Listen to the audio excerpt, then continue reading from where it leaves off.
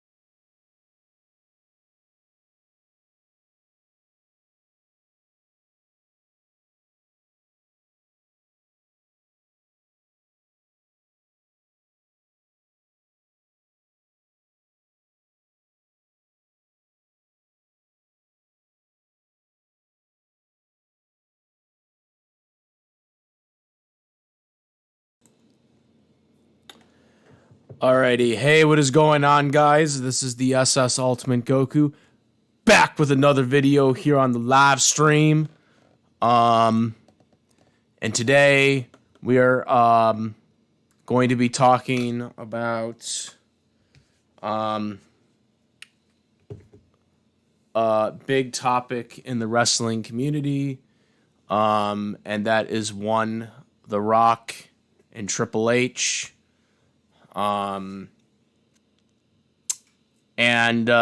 Because of a lot of various issues, and it's not just boiling down to the things that we found out today from The Rock in his surprise appearance on the Pat McAfee show, but there is a long history of issues going back to... Alrighty, hey, what is going on, guys? This is the SS Ultimate Goku back with another video here on the live. Sorry about that. Yeah, you got the video going on, and you get when you're doing the live stream. But we have a lot of various issues that are dating back since Triple H officially took over as creative, as well as The Rock taking over as one of the board members from last year in WWE when Endeavor took it over. So,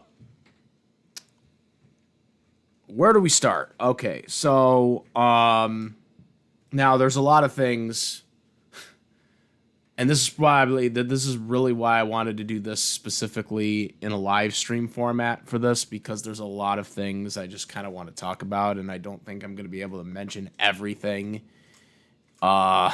in a YouTube video, in just like a simple YouTube video, quite frankly.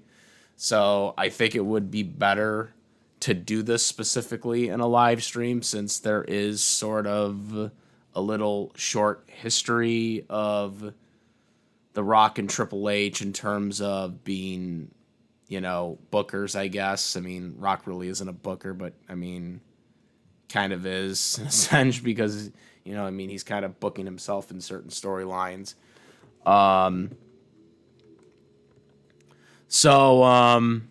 That's kind of what I wanted to get here today. So Pat McAfee surprisingly today decided to do a surprise interview with The Rock. And the interview was very convoluted, and there were holes definitely in it. Maybe there was some truth to it, maybe there wasn't. But regardless, one thing that I took away from the interview was the fact that The Rock decided to, I didn't watch the whole thing. I only watched, specific things that were highlighted from the interview, that were probably the most important things that, the most important things, obviously, I watched. The things that I noticed and picked up on is that The Rock decided to basically say that he inserted himself into the Elimination Chamber pay-per-view because Ari Emanuel, who owns, Endeavor and essentially owns WWE because they own TKO, which is the new company within WWE by Endeavor, to basically, quote-unquote, save WrestleMania. Now, personally, I think nobody could have saved WrestleMania because I don't think Triple H did a good job this year at booking WrestleMania. I've said this before on my YouTube channel. I think this has been the worst WrestleMania since 27, and I would argue in some sense that I think it's maybe worse than 27. 27 to me is the worst WrestleMania in the history of WrestleMania, including 9 and including 11.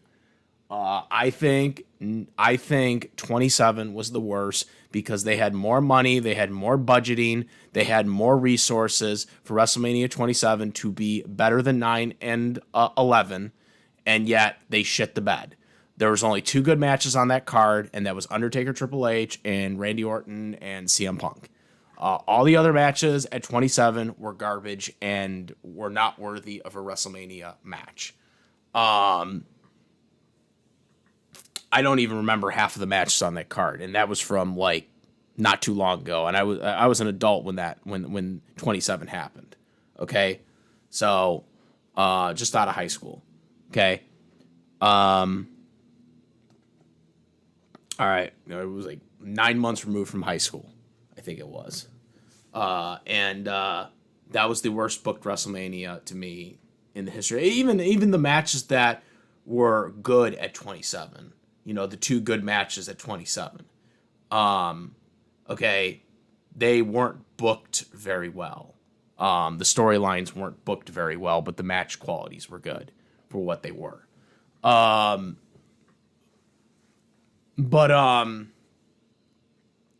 So I said that WrestleMania 41 was the worst WrestleMania, and I know some people are going and want to shit on The Rock here because we'll get to The Rock. We'll get to The Rock. Okay? We'll get to The Rock. Trust me. Because there's a lot of things that we got to talk about The Rock that are not so positive. But we got to also talk about Triple H, too. Because Triple H needs to hold some responsibility for this bullshit, too. Okay? And I know a lot of people want to praise Triple H. Is he doing better than Vince McMahon? The current Vince McMahon that we were getting at the end of his run as booking, yes, he is doing better than Vince McMahon. But that doesn't mean that Triple H is a mastermind and is getting everything right, because he's not. Okay? So we need to seriously have a conversation about that, because I think a lot of people just want to just praise Triple H for everything that he's doing, because he's doing so much better than what Vince was doing at the end of Vince McMahon's booking run. That's just not the case. And for people that are commenting right now, I'm just going to tell you guys right now, I will get to your comments, but right now I just kind of want to go over my overview right now of the situation. So yes, I will get to people's comments, but you got to bear with me before I get to them. I do see them. I am looking at them, but I want to kind of cover my thing first. So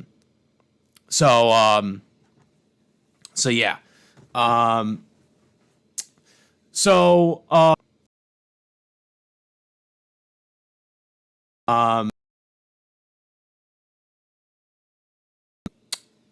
Triple H has to book the blame too here, because 41 was not booked very well. I mean, there were matches that were being booked on the card like 2 or 1 week before WrestleMania. That is not acceptable to me. That is not acceptable to me. You know what I'm saying? That is not acceptable to me. And like I said, we are going to get to The Rock too. We are going to get to The Rock too. He said some negative shit too, but we got to get to Triple H first. We got to start with Triple H here. Okay? Because Triple H is doing the majority of the booking. Okay? Rock only does a portion of the stuff, and that's only for him. Okay? His storylines that he's involved in. Okay? Everything else is done by Triple H. Okay? So we got to get to Triple H here. Okay? Okay? So Triple H needs to have the blame for a lot of this bullshit, because Triple H is the man that's there week in and week out. Okay? He is there week in and week out. And he needs to make these decisions. At the end of the day, the WrestleMania card was dog shit. Okay? Because the storylines were convoluted. They were booked like 2 or 1 week before WrestleMania. You know, most of the card, you know, the title changes. You know, there were so many title changes in the lead up to WrestleMania. That's unacceptable to me. You know, having so many title changes right before WrestleMania, to me, is not good. Because that's the biggest show of the year, and you're playing hot potato with titles. Okay, with championships. That is not acceptable to me. Okay. So again, when people want to talk about WrestleMania 41 being potentially one of the worst WrestleManias of all time, which I think it is, I think it's right up there with 27. I would say that that Triple H did a terrible job. He did a terrible job booking. Okay, this year's WrestleMania. Okay. Now, with that being said, what has The Rock done? Okay. So, The Rock inserted himself into this John Cena, Cody Rhodes storyline. He said this on the Pat McAfee show, that they basically needed him. Well, his words. We don't know if this is actually true or not. But according to him, Ari Emanuel, who is the owner of the company, okay, essentially, basically called up The Rock and told him that he needed to save WrestleMania because Elimination Chamber is like the sandwich pay-per-view from the Royal Rumble to WrestleMania. And they needed to make the sandwich pay-per-view more important than it normally is. Because ticket sales were down. Here's the problem with this. Here's the problem with this issue.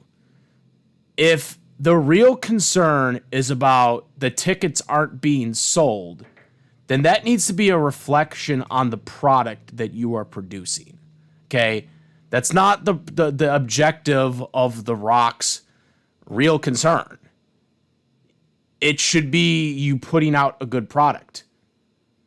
It should be you, as the booker, you should be doing something that the fans want.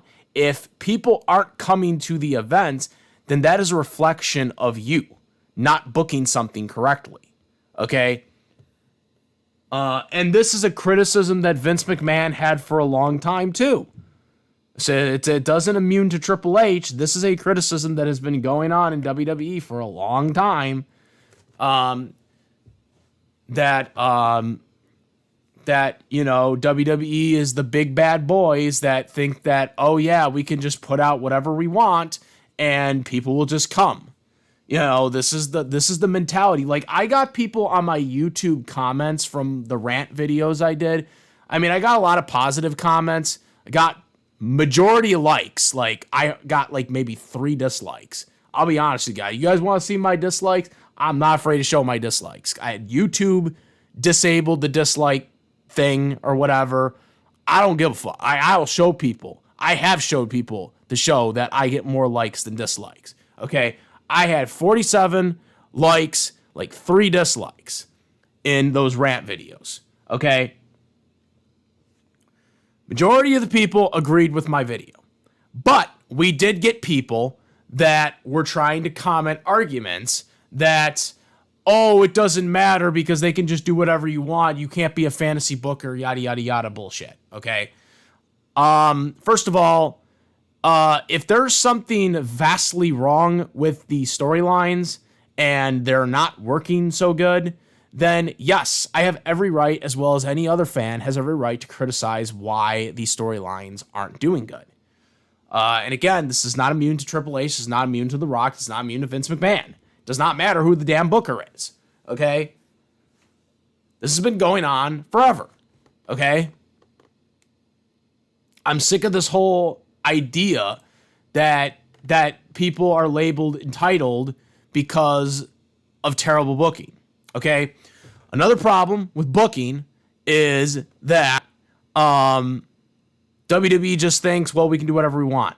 Look at Jey Uso's, like Triple H even tried to double down on Jey Uso winning the title. He keeps saying, well, look at what they do at the arenas. Look what they do here. Look what they do there.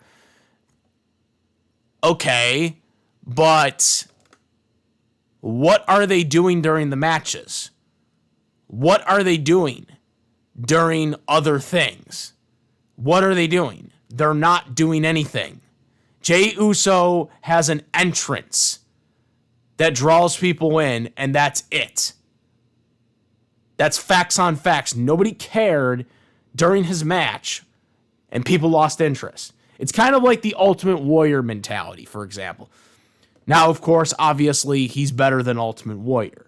Okay, Jey Uso's a better wrestler than Ultimate Warrior, obviously. But Ultimate Warrior had a badass entrance. Okay, everyone loved his entrance, right? Everybody loved his entrance. But what happened after he left? Okay, what happened after he got in the ring? Nobody cared. Okay? Same thing with Jey Uso. He has an entrance that people like. But then once he gets to the ring, nobody cares. Okay? That's the problem with Jey Uso. And Jey Uso is not a bigger draw than L.A. Knight. Yeah. As a matter of fact, Jey Uso stole a lot of traits from L.A. Knight to get over. Okay? He's now in the Slim Jim with L.A. Knight, even though that was just L.A. Knight's thing at one point. He took the glasses idea. You know, they put the yeet on the glasses or whatever. L.A. Knight had done that already with his yeah. Okay? Like, they took the glasses. You know, they presented him in like a cool way like L.A. Knight was. Okay? Don't tell me that Jey Uso wasn't taking traits from what L.A. Knight was doing.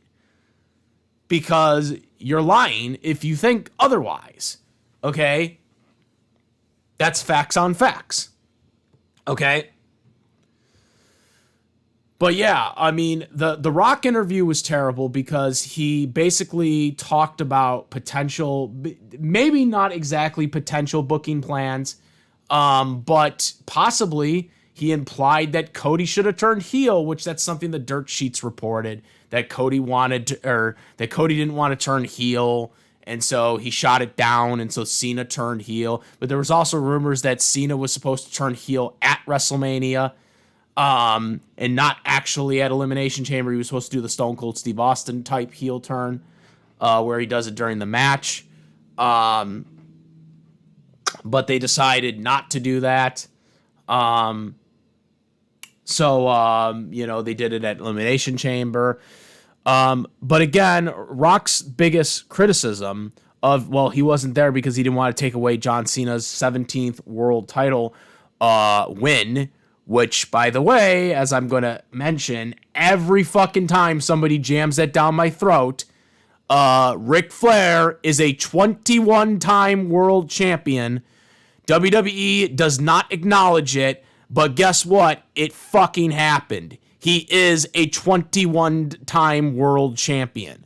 WWE does not acknowledge some of the reigns in the NWA. They do not acknowledge the WCW International brand when there was a WCW International title, which that was, of course, like kind of modern day Raw and SmackDown brand split. They had a WCW thing, and then they had an international brand, basically, where they would, you know, fight over an international world title that, you know, was international, basically. And that was because of the whole Ric Flair leaving for WWE, bringing the big gold belt with WWE, but then lost it in a lawsuit, which let WCW get the title back eventually, and they just basically had that as the international title since they had made a new WCW world title by that point, which they eventually merged with the international world title, and then the big gold belt came back as the official world champion belt design again. But WWE, ever since buying WCW in 2001, has not acknowledged the existence of the international title. When they did the History of the World Heavyweight Championship DVD, which I reviewed years ago, they basically did not acknowledge the international brand. So these are things that WWE does not acknowledge. Just because WWE does not acknowledge that it happened doesn't mean it didn't happen. Okay? As a matter of fact, another interesting thing to point out that I also put in my Discord channel for anybody who's interested in my Discord, basically, they have officially retired the WWE Universal Championship. As of today, they officially retired the WWE Universal Heavyweight Championship. Now, that does not surprise me, though what does surprise me is that they did it a year late, okay? And what I mean by that is that the Universal Championship should have technically been retired when Roman Reigns lost the title to Cody Rhodes last year at WrestleMania 40. Because the only reason why the Universal Championship was not officially retired was because Roman Reigns, when he won that title, that was the title he won first before he won the WWE Championship. When he started his historical 1,000-day reign, he started that with the Universal Championship, not the WWE Championship. He won the WWE Championship 2 years later into his Universal Championship title reign, because it was title for title when he faced Brock Lesnar at WrestleMania 38. He faced Brock Lesnar at WrestleMania 38. It was Universal Championship versus WWE Championship. Basically, Brock Lesnar lost that title and Roman Reigns won it. And then for the rest of his Universal Championship reign and his WWE Championship reign, he was acknowledged as both champions and was defending both the titles at the exact same time. Cody Rhodes would beat him and would win both belts. However, after he won both belts at WrestleMania 40, we assumed the Universal Championship would be officially retired, because the only reason why they kept the Universal Champion as an active title was because Roman Reigns was only a 1,000-day reign champion as the Universal Champion, not as the WWE champion. So that was the only reason why they kept the Universal title alive. But then when Cody won it, there was no reason to keep its existence alive. But yet they kept it alive for an entire year, but now officially retired it. But here's the thing. They have retconned Cody Rhodes as being someone who held the Universal Champion. That's right. For a whole year, they recognized Cody Rhodes as the WWE and the Universal Champion. But then, as of today, they no longer recognize him as the WWE Universal Champion, that Cody Rhodes was only the WWE Champion for this entire year, even though for an entire year it was not recognized that way. The WWE.com website retconned it, and they officially wiped Cody Rhodes' name from the Universal Championship title history books, even though it was there while Cody was champion. So WWE can retcon anything they want, because they just literally retconned Cody Rhodes of being the Universal Champion for an entire year, just today. So yes, WWE at any time could basically acknowledge that Ric Flair is a 21-time world champion. They just refuse to do it because it would basically screw everything up. As a matter of fact, I even suggested a while back that Ric Flair should just come out on WWE television, basically tell John Cena, hey, you're not really the record holder, because technically I'm a 21-time world champion, just this company just doesn't recognize him. That would be so fucking hilarious if Ric Flair did that. He was like, woo! You know what I'm saying? But anyways, basically, turning the booking tension has been started since last year. Now, a lot of people have been saying that The Rock intentionally tried to take Cody Rhodes' spot. Now, there's also people that have been speculating that Triple H booked Cody Rhodes to win the Royal Rumble match, despite the fact that The Rock was going to be booked to face Roman at WrestleMania 40. But he still booked Cody to win, even though The Rock was going to face him, but it wasn't finalized just yet. But he still booked him that way. And then it created the whole controversy that happened, where they wanted Cody to give his spot up to The Rock, which people hated, and then it changed the plans. This is a obvious booking tension. And that's where everything's been dating to. Triple H in his Hall of Fame speech did not mention The Rock once, despite them having great feuds against each other. He was never booked. He was never mentioned once, which kind of tells you the tension that the two have right now. There is definitely tension. But again, if Triple H is not the booker and The Rock is not doing what he's doing, who's going to be the booker? They don't really have anybody else. Can't bring Vince back. Paul Heyman, maybe, but I don't know if Paul Heyman would be able to handle criticism by fans because Paul Heyman doesn't give a fuck, as you all guys should know by now. So that's something that's probably not going to work. So I don't exactly know who else is going to be it. But yeah. I'm going to get through these comments right now that everyone has been talking about. I am sorry if some people are not here to hear them, but we will get through some of these comments. So, Lover Girl 88 says, what do I think of Seth, Braun Breaker, and Paul Heyman pairing yesterday? I think it's a step back for CM Punk. Because I want CM Punk to go for the world title, and unfortunately, it seems like we're going to have a tag match at Backlash. I hope it doesn't go too long, because I want Punk to go for the world title, and I want him to main event WrestleMania for the championship. But obviously, Rumble's in Saudi Arabia, so that might not happen unless he wins the Chamber. All right. From top to bottom, Raw was good show yesterday, and they didn't need The Rock after all. I didn't watch Raw because I was still pissed off at WrestleMania 41. So I did see some clips on YouTube of what had happened. It is kind of interesting to see what they're doing here. But yeah, like people, there was someone in the comment section that tried to say, oh, you're just going to watch Raw anyways tomorrow, despite WrestleMania being bad. And I told them, really? You really think that? Because unlike, I can't speak for other fans, but when I get pissed off about something, I don't watch it.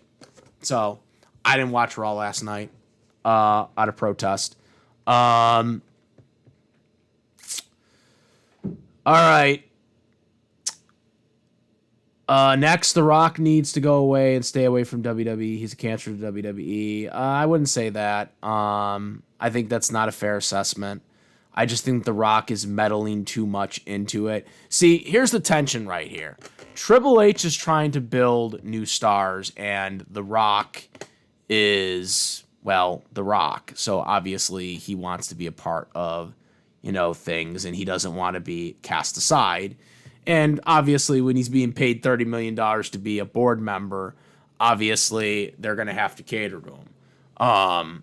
So that's probably the whole power struggle here, is that The Rock kind of wants to still be relevant, and he's still in pretty good shape to still kind of be believable. But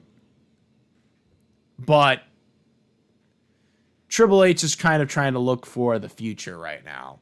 More than lust. So I think that's the problem here. I think that's one of the biggest issues with this. I don't have an issue, and here's the thing. I don't have the issue necessarily The Rock being involved in certain storylines, just as long as he's not inserting himself into the world title picture. That's my biggest issue.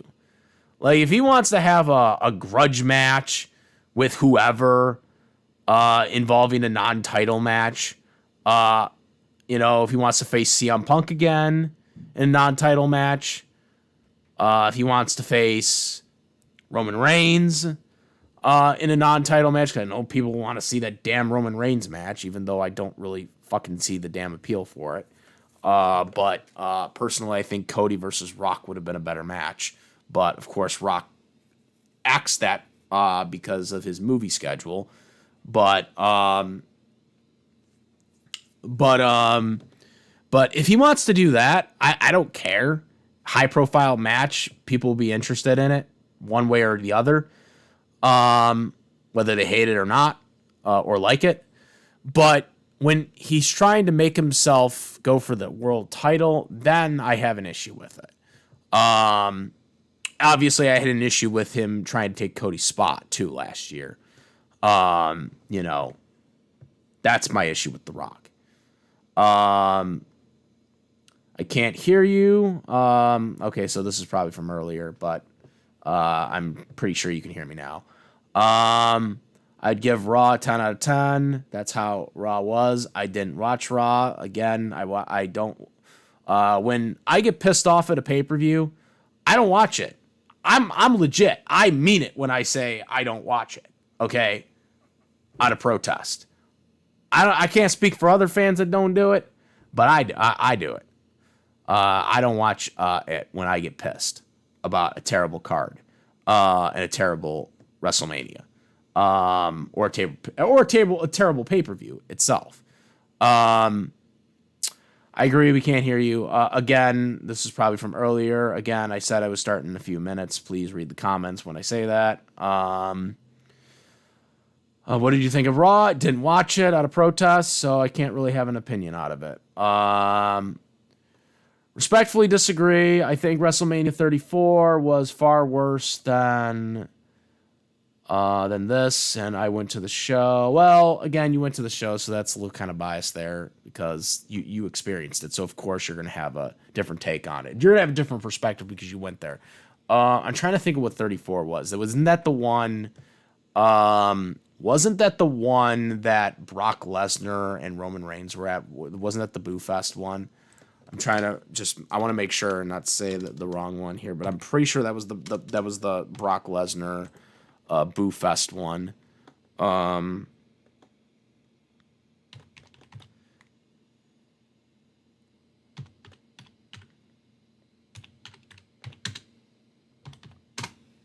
just want to make sure I'm right on that because I'm not thinking right now. But I'm pretty sure I'm right on this.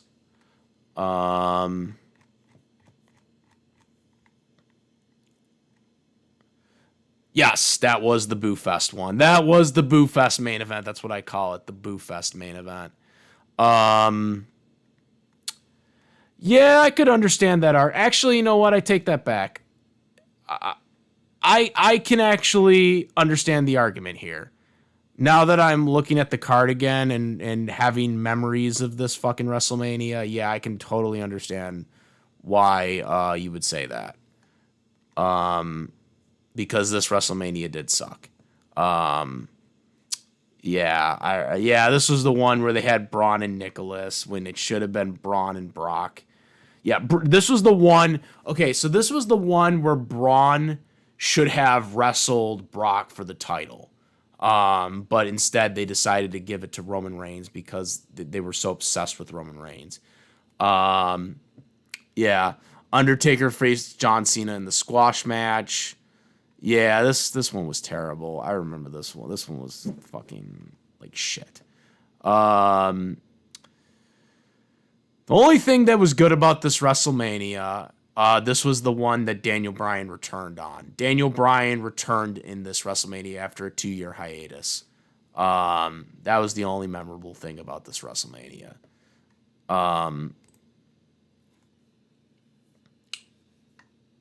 Yeah. I don't know if I would put this as the worst. You know what? I think Yang Circus. I think he's actually right. I gotta take that back. 34 was the worst. 34 was the worst. I forgot about 34. I forgot about 34. 34 was the worst. 27. I would put 27 as the second worst. 34 is the worst because that was a horrible. But here's the thing, though. WrestleMania 34 had a terrible main event, but WrestleMania 27 also had a terrible main event. But for different reasons. Okay, WrestleMania 34's main event wasn't terrible because the wrestlers were not good.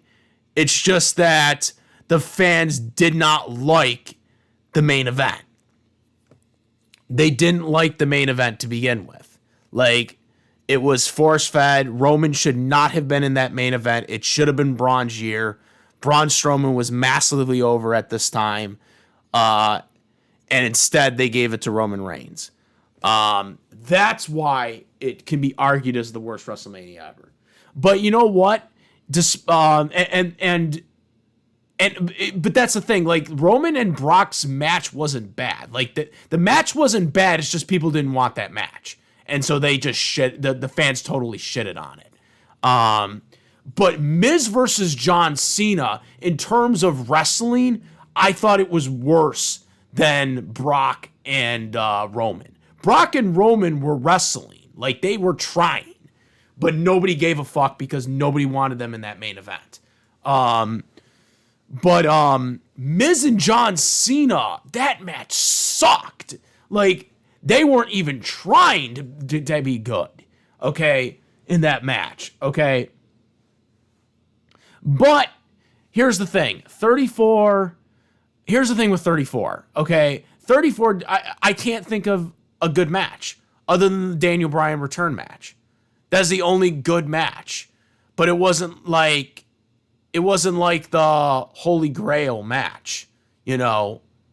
You know, the only thing that people are going to remember about that Daniel Bryan match is that Daniel Bryan returned after a 2-year hiatus. They're not going to remember the match quality of that match going back 10 years from now, right? They're not going to remember that. They're only going to remember that that was Daniel Bryan's return match. When it comes to Undertaker versus Triple H and CM Punk versus Randy Orton, those matches are going to be remembered for years, despite despite everything else sucking on 27. So I got to give it to Yang Circus here. I could definitely see the argument of 34 being right up there with 27 and be a candidate for the worst WrestleMania. Rock made himself seem so selfish in the interview. Yeah, he did. Yeah, he did. He did, but, you know, the thing with The Rock is, okay, and the problem with The Rock, okay, with this interview is he says that he's trying to, you know, he didn't want to show up because he didn't want to take away from John Cena's moment, right? But yet he inserted himself into the storyline, okay? So he kind of should have, because he inserted himself into the storyline. But also, I find it very ironic that he did this interview and yet he didn't want to be there to kind of steal Cena's moment, but yet he's stealing the company's moment by doing this interview. It seems kind of hypocritical by him. And even Jonathan Coachman called him out on that. And he even said that there is a power struggle between Triple H and The Rock, which there is. There's no doubt. Ever since The Rock became a board member, there is tension between Triple H and The Rock. There's no doubt. Triple H didn't even mention him in his Hall of Fame speech. And obviously they had some epic storylines and feuds throughout their you know, feuds in the wrestling career. And Triple H didn't mention him once. Okay? If that doesn't tell you that there isn't tension, there's definitely tension. Okay?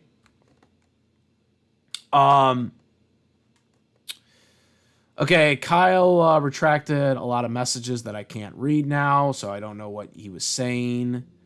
But anyways, okay. Kyle says, I knew the WWE was going to screw LA Knight because they're never going to let him win. Honestly, I want to see him win, but what the WWE screws on them over, I will never see him win. Yeah, you know, I think with LA Knight, yeah, the problem is he organically got over. He was the number one merchandise seller at one point for several months. And I said he needed to win Money in the Bank when Damian Priest won Money in the Bank. Because he was going to get lost in the shuffle if he didn't win there. And I said at the time, if they have to let him wait, 10 months into his contract, into his Money in the Bank contract, go ahead. Give him that development. Maybe have him win the United States title in between while he's the briefcase holder, because Miz did it. Miz was United States champion and the briefcase holder at the same time. So, yes, it can still be done. And then eventually elevate him to the world title. They didn't do that. They went with Priest, and it was probably one of the worst world title reigns in recent memory. But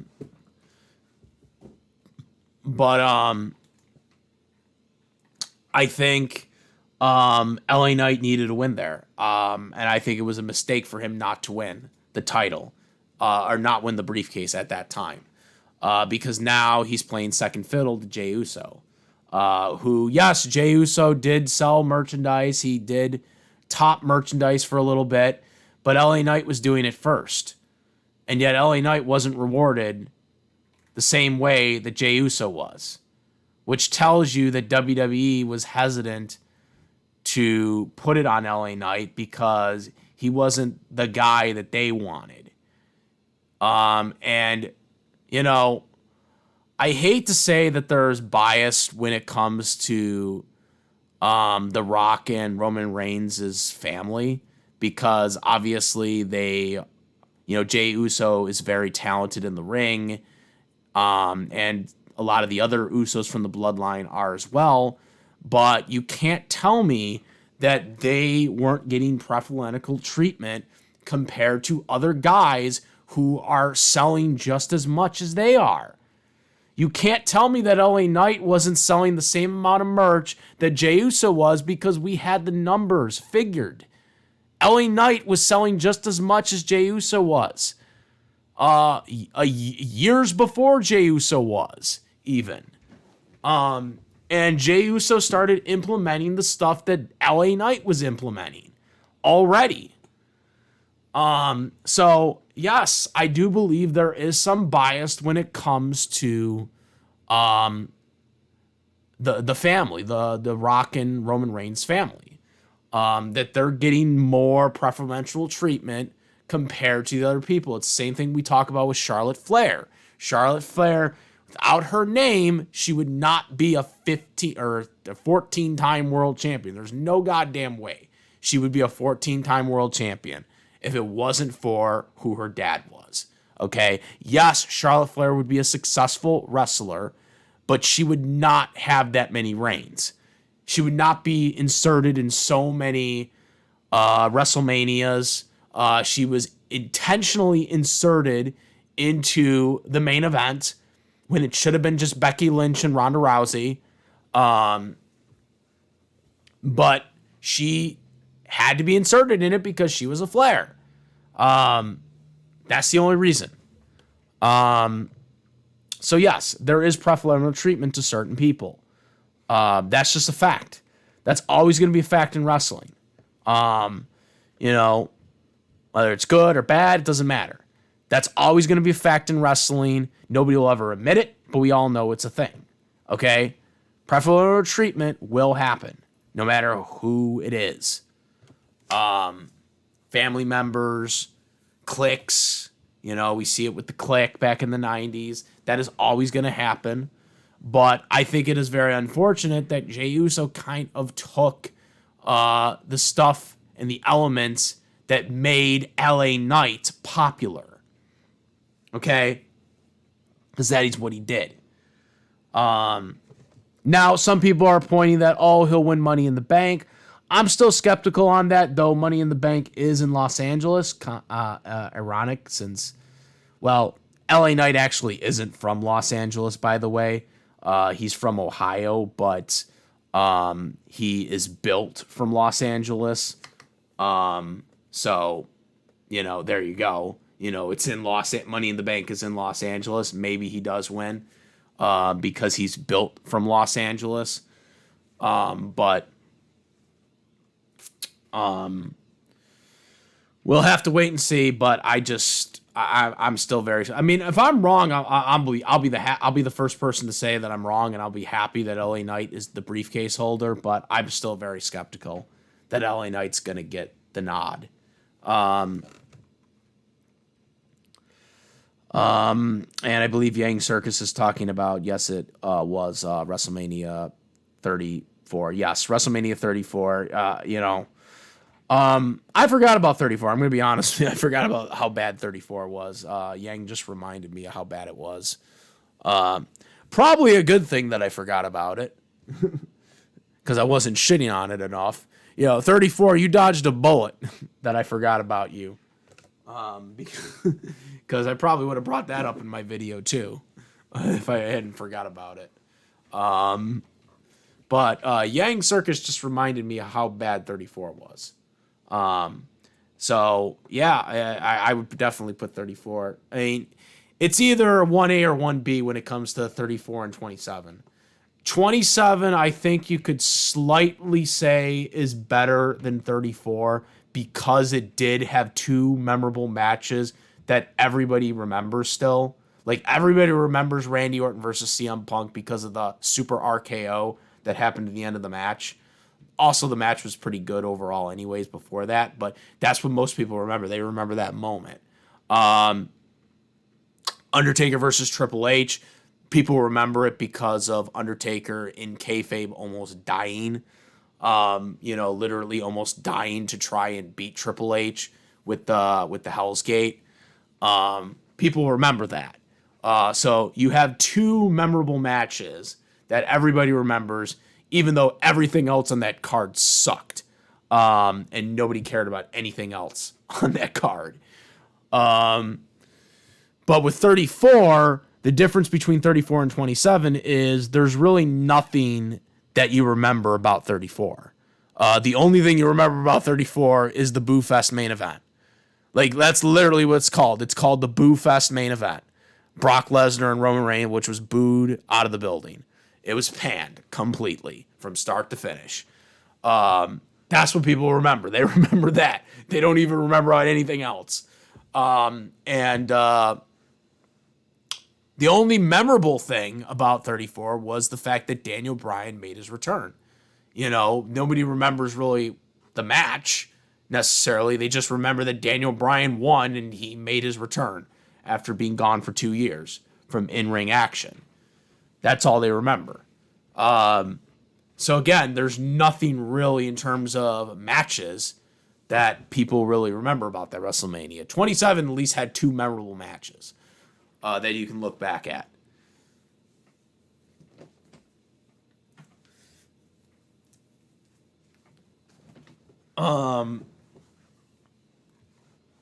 The thing about that made 34 so bad is the card and the build, and it was so good. And then once the show came, first half was good. The rest, I think the whole card was a train wreck. I remember this. I just forgot about it because maybe because 34 was so bad. Maybe because 34 was so bad that I tried to just forget about it. It was so bad that I tried to forget about it because the main event was shit. The main event was shit, not because of the wrestlers, but because nobody wanted that main event. It was force-fed because of Vince McMahon. Vince McMahon force-fed Brock Lesnar, Roman Reigns. They force-fed that main event because they wanted Roman Reigns to be the conquering hero again for the, I think at that point, the fourth time. But nobody cared. And so they just boo-fest it. They booed Brock, they booed Roman from start to finish because they wanted Braun Strowman. Braun Strowman, if I can tell you right now, if Braun Strowman main evented that WrestleMania, that match, it would have been fine. Like people would have at least remembered it. Now, I don't know what Braun Strowman would have done with the Universal title had he won there, but I think if he had won there, I think more people, I think that the trajectory would have been different for Braun Strowman today. I mean, he did finally win a Universal Champion during a COVID era because Roman Reigns wanted to sit at home during COVID, which I can't say anything wrong about that because COVID was a bad time. But he won it because of that, and there were no fans when he was Universal Champion.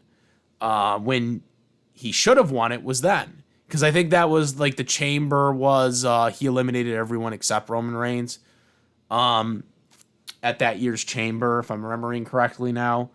I'm putting my thinking cap on to remember this damn card because it was so bad and forgettable. But I think that was the one where at the Chamber he eliminated everybody except Roman Reigns. And Roman Reigns had to become the superhero that magically eliminated Braun Strowman and cost him his main event. So, because they wanted Roman to main event again against Brock.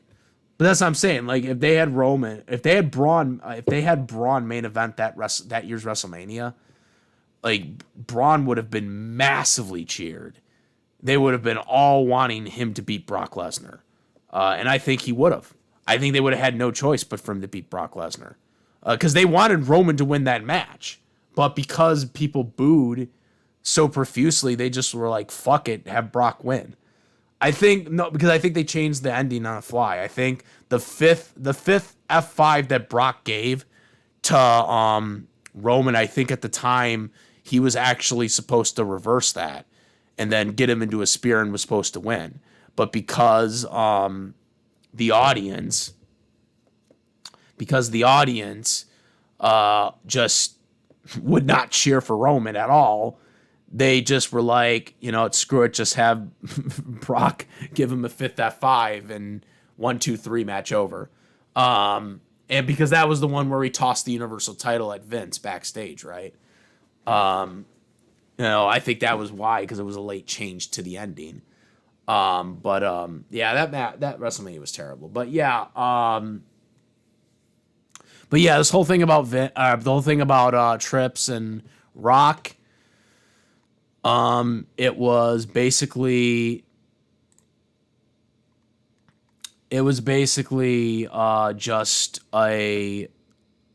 it's just a power struggle between the two. Coachman pointed it out. There's so much tension with them both that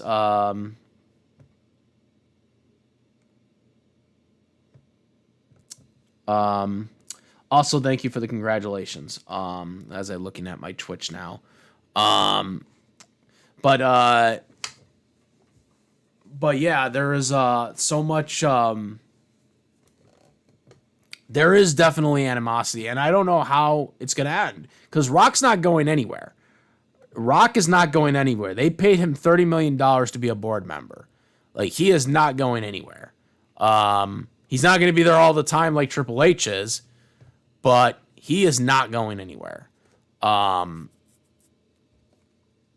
Triple H, on the other hand, he's probably not going anywhere either, because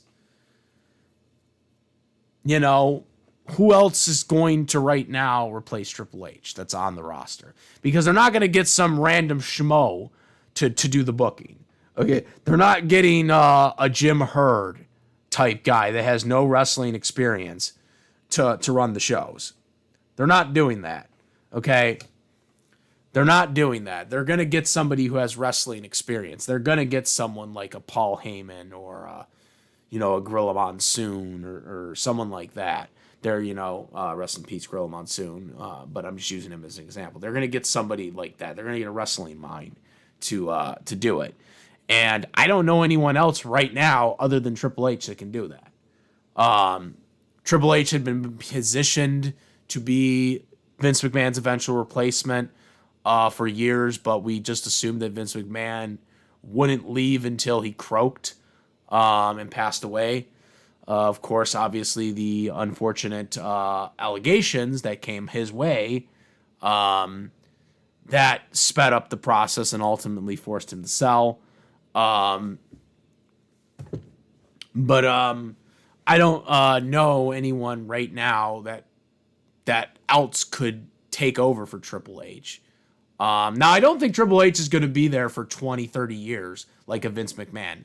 I don't think Triple H is going to be doing this until he dies, okay, or passes away like we thought Vince McMahon was going to do until he was forced out.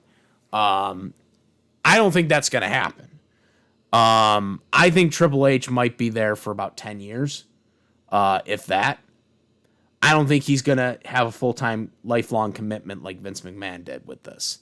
But as of right now, I don't know anybody who could take over full-time because Rock's only there when he wants to be there. Rock's only there when he wants to be there, okay, and to insert himself into storylines, okay? He only wants to be there when he has to be there. Triple H, on the other hand, he's there because he wants to help the next generation. You know, he wants to be success. He wants to have the new generation be successful. Okay. And obviously Triple H can't wrestle anymore because of his heart condition. So, and this is what he's doing now. Okay. So, I don't know who could take over for Trips right now. I don't think they have a contingency plan. So Triple H is going to be the guy for a while. Now, again, there's going to always be criticism when it comes to booking. And I think, again, like I said earlier, I think Triple H booked WrestleMania terribly this year. And that goes on him. That does not go on The Rock. The Rock only inserted himself in the chamber thing. Okay? Okay, he inserted himself in the chamber thing. Obviously, they had to alter some stuff because of that. But Triple H was doing the blunt of the booking, okay, as well as other matches that didn't involve the WWE Championship match, okay? So Triple H has to take the blunt of the blame, okay, for this year's WrestleMania. You cannot put this all on The Rock because, again, The Rock is only booking, he's only booking things for himself in certain storylines, okay? He's not booking himself in these other undercard matches, okay, that are going on, okay? So these things lay on Triple H, okay? And I don't think Triple H is doing a good job with that, okay? At least for this year's WrestleMania. Now, yes, has Triple H done a lot of good things since he's taken over? Yes. Yes, he has. But you cannot go along with the good things and not bring up the bad things. There's always going to be criticism in wrestling, okay? There's always going to be criticism in booking. Never going to have a perfectly booked show. But I really hope that Triple H does learn from this year's WrestleMania. And I hope he does a better job next year in figuring this out because I don't think he did a good job here for WrestleMania. But I think he can do better. I think he can do better because I have seen him do good booking. Okay? I have seen him do good booking. So that doesn't necessarily mean he can't be good. Okay? I just think here he just shit the bed with it.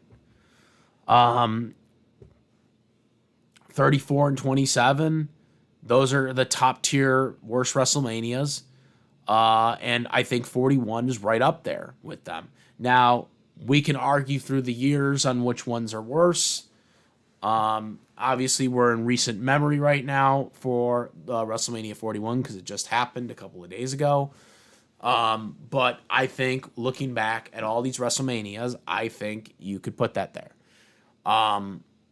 There weren't really that many good matches. And the matches that kind of were good were kind of overbooked. I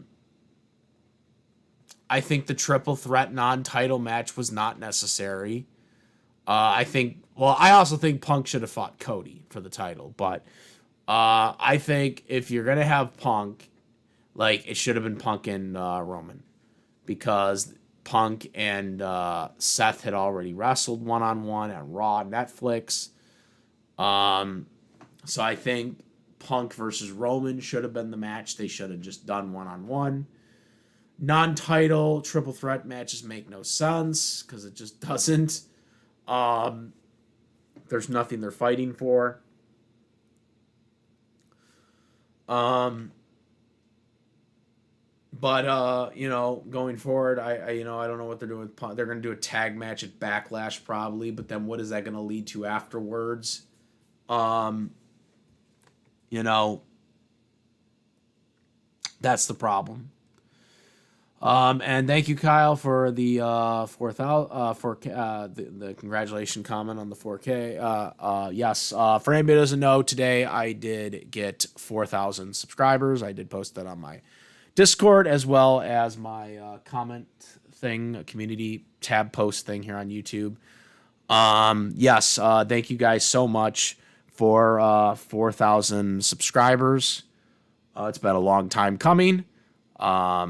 And I am very appreciated to all the people that have subscribed to me over the years.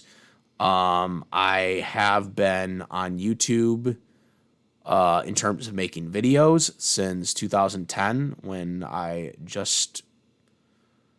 was almost out of high school by that point when I started making YouTube videos. So it's been a long time. It's been over a decade. Now, this channel was actually opened up back in 2006.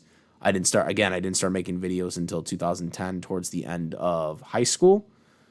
So yeah, that was kind of where it all started. That was where it all started. I've been kind of on and off on YouTube throughout the decade.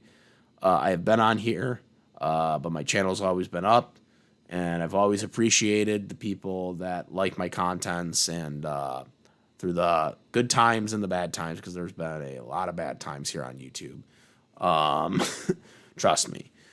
But yeah, I thank everybody that has stuck with me, or whether you're a new person that has stuck with me or through the years or is new to my contents.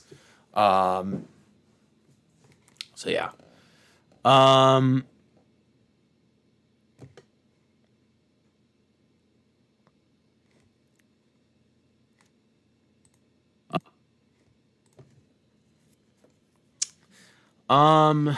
So I kind of talked about everything I wanted to talk about. I don't know. I guess I would review.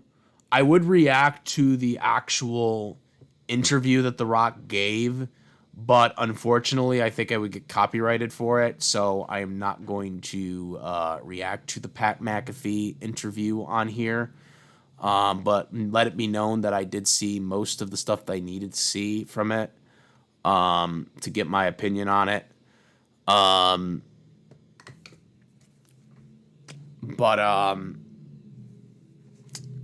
But yeah, that's kind of where this is right now with that.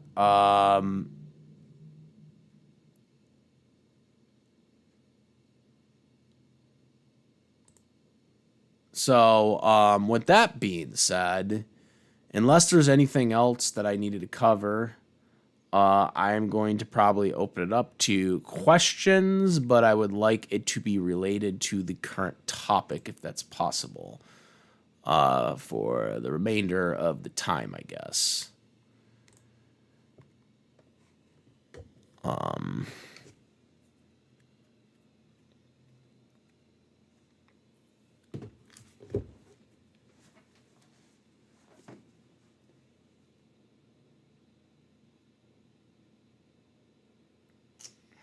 And that's also applies to YouTube or Twitch.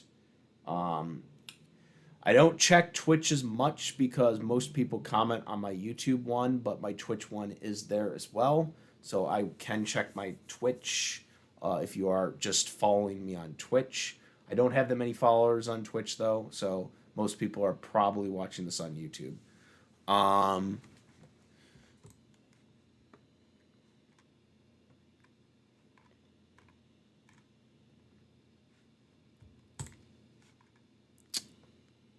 But yeah.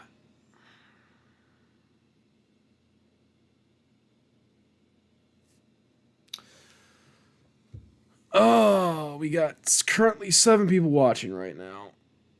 Yay.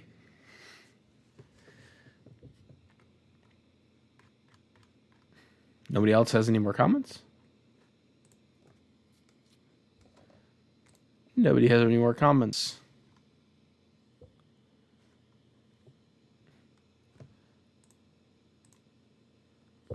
Got 6 people watching. Nobody's like gonna comment. They're like, yeah, we just wanna hear you talk about this stuff. I think I covered everything. I don't know if there's anything else to cover. I mean, unless there's any new articles on SE Scoops or something like that, or some of the dirt sheets. But I think I covered everything. Again, I can't show the video because I'm not going to get copyrighted for it. Tomatongo may need surgery after suffering an injury, apparently, according to this article. That sucks.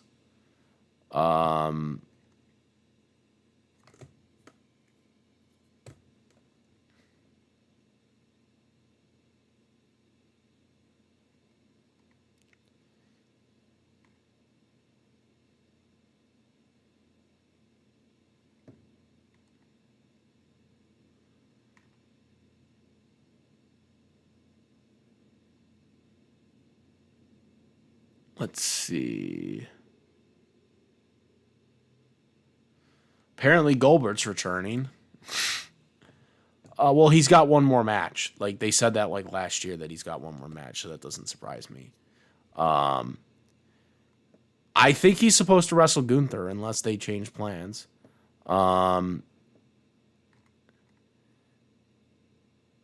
Which, actually, the way he attacked everybody, I guess that kind of makes sense. I'm kind of pissed at how they ruined Gunther though, because Gunther was like a powerful like heel. He wasn't a dirty heel, and now all of a sudden he's like a dirty heel. You know, that tapped out. He tapped out within 10 seconds, which was so fucking stupid. But I guess that might be what they're leading to with him bringing back Goldberg.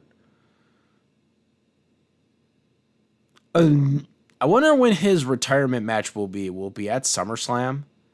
Like, are they gonna wait until SummerSlam for him? Like, because they're not gonna have Goldberg wrestle like just on like a normal pay-per-view, right? They're not gonna have him wrestle like at a Backlash or something like that. It's gonna be like at a big show.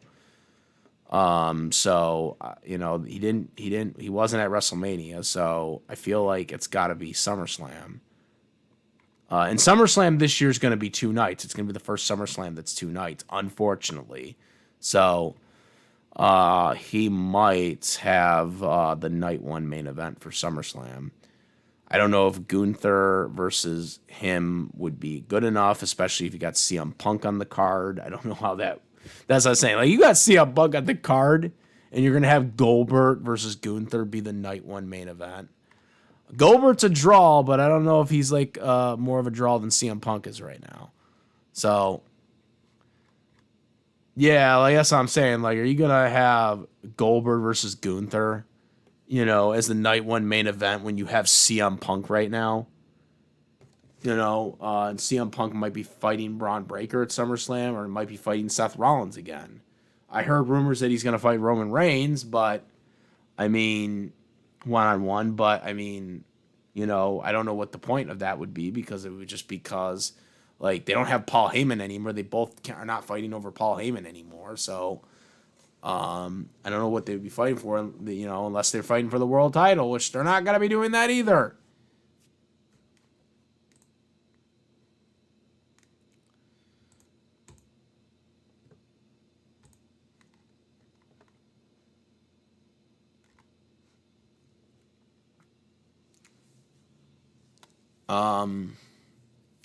But yeah, if anybody wants to ask me questions related on the topic, you know, please let me know. Or so hold your peace, because, you know, I think I kind of said everything that I need to say in the stream. Maybe we might just wrap it up.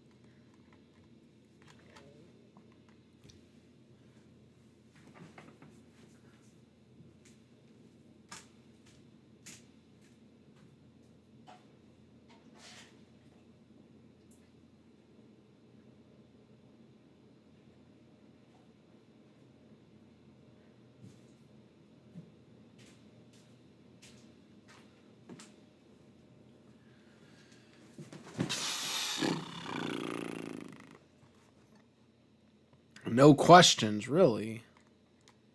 I thought we would get more questions, but maybe not. Well then, if that's the case, I guess I can wrap this up.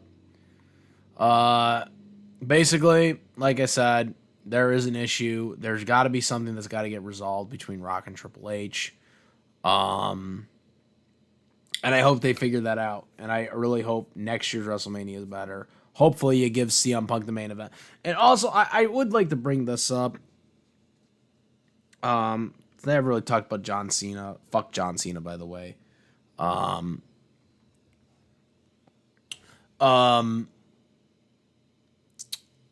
Thing with John Cena and Cody Rhodes, some people are like, oh, Cody Rhodes will win back at SummerSlam. It makes Cody Rhodes look so fucking weak that they did that to him for John Cena. It makes Cody look so weak. And I don't know if him winning it back at SummerSlam makes sense. Okay? Like, oh, what, are they going to turn him heel like a freaking Rock alluded to? Like, that's going to make him the face of the company? Honestly, I'm going to say this right now. I think they should avoid Cody winning the title back for a little bit. I don't think Cody should get the title back from John Cena. You want to know who I think the person should get the title back from? CM Punk. CM Punk would be the guy that could take John Cena down. All right? He can take John Cena down. Okay?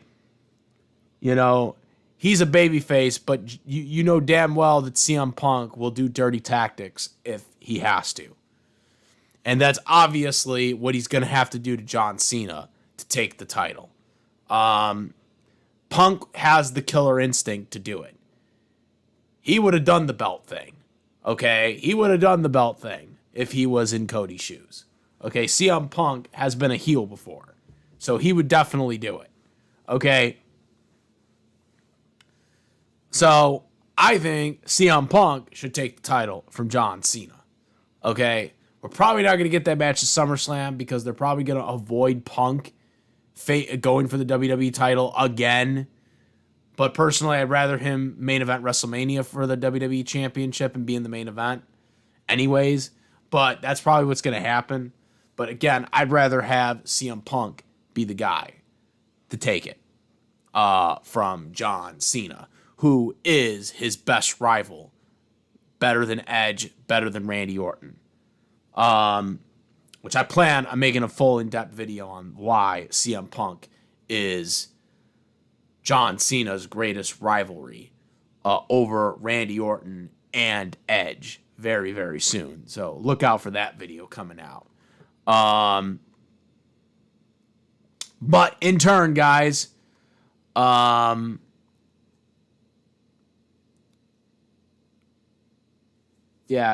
Punk.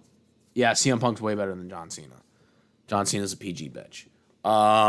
He's overrated. He is overrated. He's been overrated since the Dr. Thugonomics days. But yeah, that is about it. I think we covered everything. Look out for some future videos because I plan on doing that video about the rivalry thing. Comment, rate, if you like this video, my videos, please subscribe and let me know if you guys like more of these streams. And I'll probably do more then. So yeah.